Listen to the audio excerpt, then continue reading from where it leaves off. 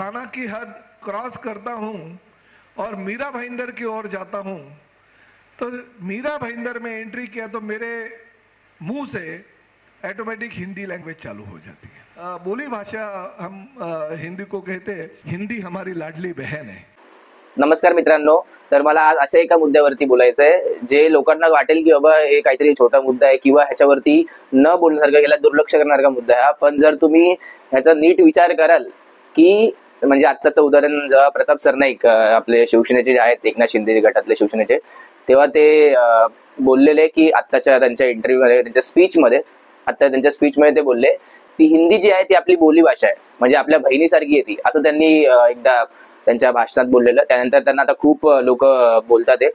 तर जर तुम्ही नीट विचार कराल, आणि काही लोक त्यांच्याच पक्षातले बोलले पण की तिकडे हिंदीचा टक्का जास्त आहे म्हणून मला वाटतं ते असे बोलले असतील।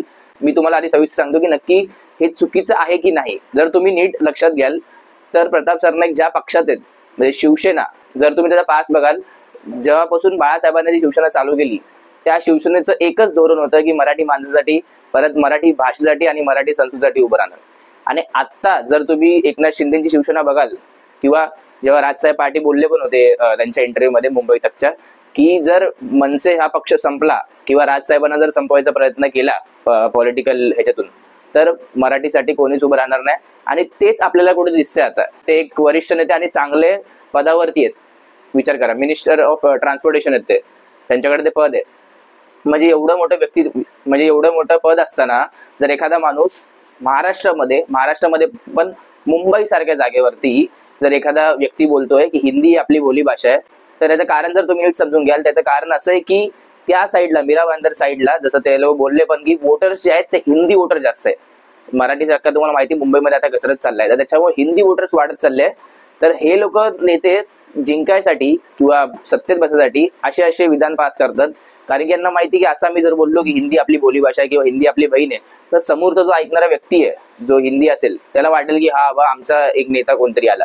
आणि हे लोक स्टार्टिंग पासून, आणि मग बोलणार कधी कधी बाळासाहेबांच्या नावाखाली हे लोक बोलणार की आम्ही मराठी व्यक्तींसाठी, मराठी माणसासाठी उभं राहतो।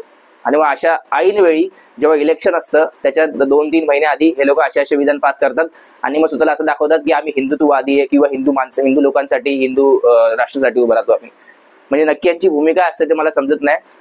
असे नेते आहेत आपल्या महाराष्ट्रामध्ये, आणि ते पण शिवसेनेमध्ये। स्वतःला हे लोक बोलतात की आमची बाळासाहेबांची शिवसेना आहे किंवा असं आहे तसं आहे, बाळासाहेबांच्या नावाखाली मतं घेतात आणि मग इकडे तिकडे असे विधान बोलत बसतात। आणि मग विधान सावरायला काय की बाबा ते आमच्या तोंडातून असं चुकून निघालं, किंवा हिंदी भाषा जास्त बोलतात लोक म्हणून आम्ही बोललो की हिंदी भाषा बोली भाषा आहे। महाराष्ट्रामध्ये, मुंबईमध्ये, ज्या मुंबईला 106 हुतात्म्यांनी त्यांचा जीव सोडला का, कारण की मुंबई महाराष्ट्राची व्हावी, मराठी लोकांची व्हावी, त्या महाराष्ट्रामध्ये, त्या मुंबईमध्ये असं म्हणजे चांगलं व्यक्तिमत्व असलेला नेता, आणि असं नाही की त्यांची कामं बेकार आहेत, खूप चांगलं काम सुद्धा केले त्यांनी, पण जर ते बोलणार की हिंदी आपली बोली भाषा आहे, तर मग कुठेतरी माझ्यासारख्या मराठी माणसाला किंवा इतर खूप मराठी लोकांना, खूप मराठी व्यक्तींना, माणसांना हे गोष्टी वाईट वाटली।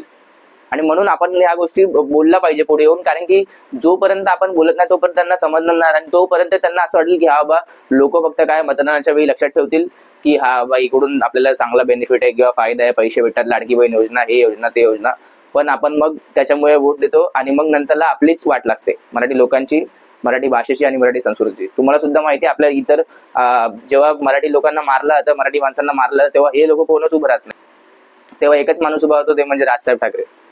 म्हणजे जो व्यक्ती, म्हणजे मी तर कोणत्या राजकारणामध्ये किंवा पॉलिटिकल बॅकग्राऊंडवर नाही, पण जर एखादा व्यक्ती आपल्याला आवडतोय, पाचच्या व्हिडिओवर सांगितलं की राजसाहेब मला का आवडतात, कारण की त्यांची जी मराठी भाषेबद्दल, मराठी संस्कृतीबद्दल जी भूमिका आहे ती मला आवडते। बाकी इतर नेते कधी तुम्हाला दिसतील का बोलताना? ते त्रिभाषा सूत्र काढलेलं, ते हिंदी थोपवलेली, तेव्हा राजसाहेब बोलले की हिंदी नकोय आम्हाला। आणि हेच दुसरे नेते शिवसेनेतले, विचार करा, बाळासाहेबांची शिवसेना हे लोक बोलतात, आणि बाळासाहेबांचे विचार किंवा त्यांचे धोरण जे होते, शिवसेना त्या पक्षातले हे लोक, आणि हे लोक जर असे बोलतील तर लोकांपर्यंत, जे शिवसेनेला खरंच मानतात त्या लोकांपर्यंत काय मेसेज जाईल? मी त्यांचा एक व्हिडिओ पण बघितला, काहीतरी टोल नाक्यावरती ते उतरून बोलत होते की आधी मी शिवसैनिक आहे, नंतरला मी मंत्री आहे। मग एखादा शिवसैनिकाच्या तोंडातून जर असं तुम्हाला काय बोलतात ना, वाक्य निघतंय की हिंदी आपली बोली भाषा आहे, हिंदी आता मुंबईमध्ये वाढत चालली, हे किती काय बोलतात ना चांगलं आहे, हे नीट विचार करा। आणि तो मराठी माणूस आहे, एका मराठी माणसाच्या तोंडातून जर अशी गोष्ट ऐकायला भेटते आपल्याला, तर मग कुठे, आणि आपण परत त्यांना जिंकून देतोय. जर राजसाहेबांसारखे नेते किंवा मनसेसारखा पक्ष जर संपला तर मराठीसाठी महाराष्ट्रामध्ये कोणच उभं राहणार नाही. हे ते वारंवार सांगत आलेत आणि आता त्यांनी सांगितलं, आणि आता आपल्याला दुसरं उदाहरण भेटलंय की बाबा हा खरंच की आता मराठीसाठी कोणच नाही, फक्त हिंदी करत राहतील का, कारण की हिंदीच्या नावाखाली वोट भेटतील. नीट विचार करा आपल्या मराठी माणसांनी की बाबा मराठी भाषेसाठी एवढं 5-6 महिन्यापासून कोण उभं होतं, कोणता माणूस उभा होता, कोणता व्यक्ती उभा होता, कोणता पक्ष उभा होता. भले आपण राजकारणाच्या बॅकग्राऊंड मध्ये नाही, पण आपल्याला माहिती असलं पाहिजे की आपल्या आजूबाजूला काय चाललंय, कारण की सगळ्या गोष्टी आपल्या दिनचर्यापासून ते शेवटपर्यंत सगळं काय बोलतात ना, आपल्या सकाळच्या दुधाच्या पिशवीपासून त्याचा भाव रात्रीपर्यंत झोपतपर्यंत आपण जे काय खातो त्याचा सगळा भाव हे राजकारणी ठरवतात. तर आपल्या राजकारणाबद्दल बोलायचं, आणि आपली डेमोक्रेटिक कंट्री आहे, आपल्याला बोलायचा हक्क आहे आणि आपण बोलू शकतो कोणावरती.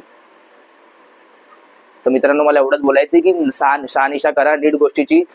उगाच जाऊन किंवा असे जर शिवसेनेमध्ये असतील तर म्हणजे काय फायदा. बाळासाहेबांची शिवसेना लोक बोलतात, तर काय बोलू आता. राजकारण सोडा, पण मराठीसाठी आपल्याला एकवट राहायलाच लागेल. आणि असे जे लोक आहेत जे बोलतील की हिंदी आपली बोलीभाषा, त्यांना आपल्याला सांगायला लागेल की हिंदी आपली बोलीभाषा नाही. हिंदीचा जो इतिहास आहे तो 100-150 वर्षाचा, आणि आमचा मराठीचा इतिहास खूप जुना आहे. छत्रपती शिवाजी महाराजांच्या काळाच्या आधीपासूनचा इतिहास आहे. तर आम्हाला सांगूच नका की कोणती बोलीभाषा मुंबईची आहे आणि काय नाही. एवढं सांगतो मित्रांनो. चॅनलवर नवीन असाल तर सबस्क्राईब करा, हा व्हिडिओ लोकांपर्यंत पोहोचवा. कोणाला काय हेट नाही, पण जे चुकीचं बोलायला शिकलं पाहिजे आपण. एवढं सांगतो. जय हिंद, जय महाराष्ट्र.